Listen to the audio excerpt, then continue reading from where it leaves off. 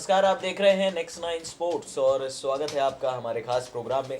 भारत और ऑस्ट्रेलिया के बीच टी20 सीरीज के बाद अब बारी है वनडे सीरीज की। अब से कुछ ही घंटों में शुरू होगा मुकाबला भारत और ऑस्ट्रेलिया के बीच। हैदराबाद के राजीव गांधी स्टेडियम में भारत और ऑस्ट्रेलिया आमने सामने होंगे। ऐसे में क्या स्ट्रेटजी होगी टीम इंडिया की और क्या यहां पर ऑस्ट्रेलियाई टीम बाजी मारेगी, इन सारी चीजों को लेकर फिलहाल असमंजस की स्थिति बनी हुई है। बता दें आपको कि जिस तरह से हैदराबाद में भारत का रिकॉर्ड रहा है, जिस तरह से ऑस्ट्रेलिया का भारत के खिलाफ हैदराबाद में रिकॉर्ड रहा है, यह दर्शाता है कि भारतीय टीम का पलड़ा जो है काफी ज्यादा हल्का है। हालांकि सुबह खबर यह आई है कि भारतीय टीम बिल्कुल नए अंदाज में नजर आएगी, नई ड्रेस, नई किट के साथ।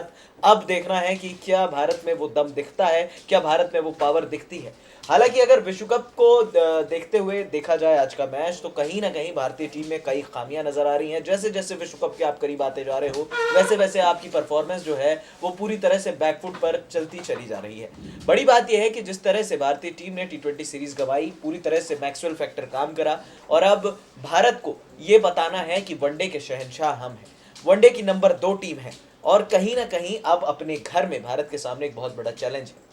पिछली बार जब वेस्ट इंडीज भारत आया था, तो वेस्ट इंडीज के खिलाफ भारत ने सीरीज तो जीती थी, लेकिन कहीं ना कहीं वेस्ट इंडीज ने आंख में आंख डालकर ये तो कह दिया था कि भैया हम आपको बिना हराए तो नहीं जाएंगे या फिर आपको हम आसानी से जीतने नहीं देंगे। कुछ यही हाल है इस ऑस्ट्रेलियाई टीम का भी। देखें तो पिछले साल जब बॉल टेम्परिंग विवाद हुआ था, उसके बाद से ऑस्ट्रेलियाई टीम जो है पूरी तरह से टूट गई थी स्टीव स्मिथ और डेविड वार्नर के जाने के बाद। लेकिन अब आहिस्ता आहिस्ता जैसे जैसे वर्ल्ड कप करीब आ रहा है, एक बार फिर ऑस्ट्रेलियाई टीम बिल्ड होती हुई नजर आ रही है। बड़ा सवाल यह उठता है कि आज के वनडे मैच में क्या होगी प्लेइंग 11। सबसे पहले आपको पिच के बारे में बताते हैं। दरअसल हैदराबाद की जो पिच है वो थोड़ा सा टर्निंग ट्रैक मानी जाती है और यहाँ पर गेंद जो है टर्फ पर घूम कर आता है, जिसके हिसाब से आप ये कह सकते हो कि 260-280 का स्कोर भी इस पिच पर बेहतर होगा। ऑस्ट्रेलिया के रिकॉर्ड की बात की जाए तो भारत और ऑस्ट्रेलिया के बीच यहाँ पर 2 मैचेस हुए हैं। 2 मैचेस में भारत को एक भी मैच में जीत नसीब नहीं हुई है, यानी कि ऑस्ट्रेलिया का पलड़ा भैया हैदराबाद में भारी है। दूसरी तरफ अगर आप देखें तो कुल मिलाकर भारत ने हैदराबाद में 5 वनडे खेले हैं। 5 में से भारत को 3 में हार का सामना करना पड़ा है और 2 भारत ने जीते हैं। यानी कि अगर विनिंग परसेंटेज की आप बात करें तो भारत का विनिंग परसेंटेज यहाँ पर हैदराबाद के राजीव गांधी इंटरनेशनल स्टेडियम में 40% है। मोमेंटम ऑस्ट्रेलिया के साथ है, भारतीय टीम बैकफुट पर है और अब दबाव बनाने के इरादे से ऑस्ट्रेलियाई टीम उतरेगी। साफ तौर पर अगर आप देखें तो ऑस्ट्रेलिया की टीम जो है वो वनडे में काफ़ी ज़्यादा स्ट्रांग नज़र आ रही है। इस बार जो हमने टी20 सीरीज़ का जो फॉर्मेट देखा, उसके बाद ऑस्ट्रेलिया टीम वनडे में इसलिए भी काफ़ी खतरनाक नज़र आ रही है क्योंकि इस टीम में पैट कमिंस हैं, जाय रिचर्डसन है, जेसन बेरेंडॉफ की गेंद नहीं खेल पा रहे हैं भारतीय बल्लेबाज, प्लस कुल्टर नाइल की फॉर्म में वापसी भारत के लिए एक बड़ा संदेश है। ये चारों गेंदबाज अगर आज का मैच खेलते हैं तो ये बात तो तय है कि भारतीय बल्लेबाजों की अग्नि परीक्षा होने वाली है। भारत के अगर प्लेइंग 11 पर अगर आप नजर डालें तो भारत आज कई चीजों को टेस्ट करना चाहेगा। विश्व कप से पहले ये आखिरी 5 मैच है और इन आखिरी 5 मैचों में भारत को ये डिसाइड करना है कि आप किस तरह से मैच को खेलना चाहते हैं, किस तरह से मैच को देखना चाहते हैं और किस तरह से अपनी टीम को आगे लेकर जाना चाहते हैं। जरूरी यह है भारत के लिए कि आप यहाँ पर एक बेहतर मोमेंटम को डील करें। जाहिर तौर पर पूरी दुनिया की टीमों को यह पता है कि भारत का मिडिल ऑर्डर बहुत ज़्यादा कमज़ोर है। भारत का मिडिल ऑर्डर उस लायक भी नहीं है फिलहाल कि अगर आपका इंस्टेंट कोलैप्स का जो भारत लगातार शिकार हो रहा है, अगर आपने रोहित शर्मा, विराट या धवन में से किसी 2 का भी विकेट निकाल दिया, तीनों का अगर विकेट निकाल दिया तो आपकी जीत जो है वो तय हो जाएगी। इसके सबूत हैं हाल ही में जब ऑस्ट्रेलिया भारत गया था, सिडनी वनडे और न्यूजीलैंड के खिलाफ हैमिल्टन वनडे, वेलिंगटन वनडे, जहां पर भारत को 18 पे 4, 20 पर 4, उसके बाद से अगर आपको निकालना हो कोई खिलाड़ी को मैच तो आप नहीं निकाल पाएंगे। अगर आप, हर कोई ये कहता है कि महेंद्र सिंह धोनी स्लो खेलते हैं, अरे भाई आप उनकी सिचुएशन देखो, उनको नंबर 5 पर आखिर भेजा क्यों जा रहा है? सबने अपना सजेशन दिया नंबर 4 नंबर 4 नंबर 4, लेकिन आखिर महेंद्र सिंह धोनी नंबर 4 क्यों खेलेंगे जब आपके पास 5 और 6 के लिए प्लेयर्स हैं ही नहीं।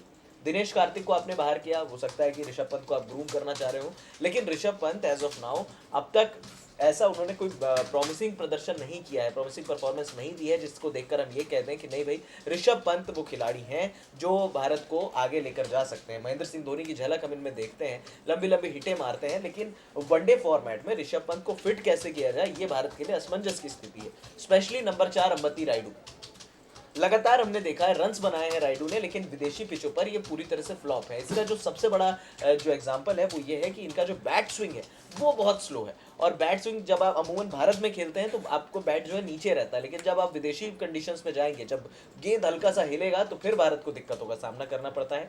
ये जो है भारत के लिहाज से अगर आप देखें तो भारत को बहुत ज़्यादा दिक्कतें दे सकता है। अब बात करते हैं टॉस की।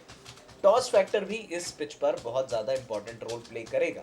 अगर यहाँ पर भारत जो है गेंदबाजी करता है तो चेज में भारतीय टीम बेहतर है, लेकिन अगर स्कोरबोर्ड पर रन्स लगाने को मिल गए भारत को तो फिर भारत थोड़ा सा दिक्कतों का सामना करना पड़ेगा। लगातार इंस्टेंट कोलैप्स जो है हम देख रहे हैं। इस इंस्टेंट कोलैप्स से बचने के लिए अब तक ना टीम मैनेजमेंट ने, ना चयनकर्ताओं ने, ना किसी और खिलाड़ी ने, ना कप्तान ने ये बात की है कि हम आखिर अपनी टीम को बिल्ड कैसे करें, हम आखिर अपनी टीम को आगे कैसे लेकर जाएं। अगर हमें टीम को आगे लेकर जाना है दैट मीन्स कि आपको ये चीज़ें समझनी पड़ेगी कि आप जब हैदराबाद में उतरोगे तो आपको अपना परफेक्ट कॉम्बिनेशन खिलाना पड़ेगा। भारत के साथ दिक्कत क्या है कि भारत ने छठा गेंदबाज के रूप में सिर्फ और सिर्फ केदार जाधव को बुक किया है। अगर केदार जाधव नहीं खेलते हैं तो भारत को 5 गेंदबाज उनकी मजबूरी हो जाएंगे। लेकिन क्यों आखिर फिर वही सवाल अटकता है कि आपके पास क्या इंडिया में प्लेयर्स बनना बंद हो गए हैं? जो रणजी ट्रॉफी में प्लेयर्स निकल कर आ रहे हैं, जो प्रदर्शन कर रहे हैं, क्या वो खिलाड़ी टीम में आना डिजर्व नहीं करते? आप वर्ल्ड कप को ताक पर रख कर खिला तो रहे हैं खिलाड़ियों को, लेकिन ये खिलाड़ी क्या भारत को आगे लेकर जा सकते हैं? क्या ये खिलाड़ी भारत को जीत दिला सकते हैं? अगर आप देखें तो शायद नहीं, क्योंकि अब भारत को भी ये समझना पड़ेगा कि आप किस तरह से अपनी टीम को बिल्ड कर रहे हैं। बहरहाल आते हैं प्लेइंग 11 पर। प्लेइंग 11 पर अगर आप नज़र डालें एज ऑफ नाउ अब तक तो कोई ऐलान नहीं किया गया है कि प्लेइंग 11 क्या होगी। जाहिर तौर पर टॉस के दौरान ही पता लगेगा कि विराट कोहली कौन सी प्लेइंग 11 के साथ जाना चाहते हैं, लेकिन जो बयान दिए हैं उन्होंने, जिस तरह की खबरें सामने आई हैं, ये चीज़ें दर्शाती हैं कि प्लेइंग 11 में भारतीय टीम को अगर उतरना है तो ये बात है कि के राहुल को कॉन्फिडेंस भारत दिलाना चाहेगा। तो के राहुल जो है आज ओपन करते हुए नजर आएंगे। हो सकता है कि रोहित शर्मा भी आज का मैच खेलें, शिखर धवन को रेस्ट दिया जाए, लेकिन शिखर धवन की फॉर्म पकड़ानी है भारत को, तो हो सकता है रोहित शर्मा को रेस्ट दिया जाए, तो शिखर और रोहित में से कोई एक खेलेगा, ये बात तय है। के राहुल लगभग तय नजर आ रहे हैं। 3 नंबर की बात की जाए तो द ग्रेट, दुनिया के नंबर 1 बल्लेबाज विराट कोहली यहाँ पर 3 नंबर खेलते हुए नजर आएंगे।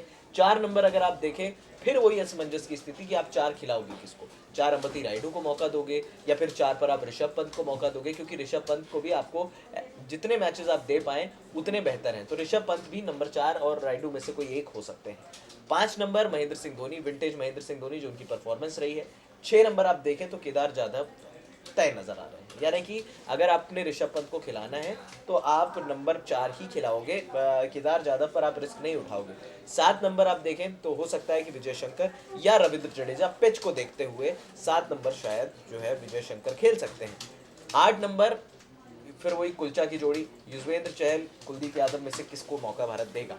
लेकिन लग रहा है कि हो सकता है रविंद्र जडेजा को थोड़ा सा बैटिंग की डेप्थ बढ़ाने के लिए रविंद्र जडेजा को मौका दे दिया जाए। तो मुझे लगता है कि यहाँ पर भारत को जो है वो रविंद्र जडेजा को खिलाना चाहिए। उनको भी परख लो आप, हालांकि ये कैसे है कि सोना, खरा सोना जिसको हम कह सकते हैं, वो है यहाँ पर रविंद्र जडेजा के रूप में।